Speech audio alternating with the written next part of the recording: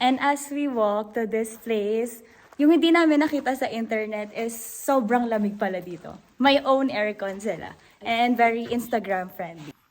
So, let's start with this view. Makikita niyo naman full of greenery. So, you are surrounded by the greenery. Bali fern po yung mga green na nakasurround natin. Ano po yung tawag sa mga green? Ito po, hindi po siya lumot. Ano po siya, fern, baby fern. Baby fern po. Tapos giant fern naman po yung malalaki. Yun po.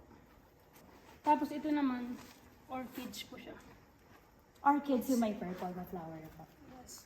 So as we go here and as we move forward, we are together with local people here like Ate. January Baklay David. Yes, so let's go. Actually, as bawat liko mo, parang para-parehas lang yung nakikita mo eh. Pero every liko mo, ma-amaze ka talaga sa nakikita mo. Hi, I'm Lynn Sharil and I'm from Angeles also. And we're so amazed na meron din pala ganito sa Pampanga.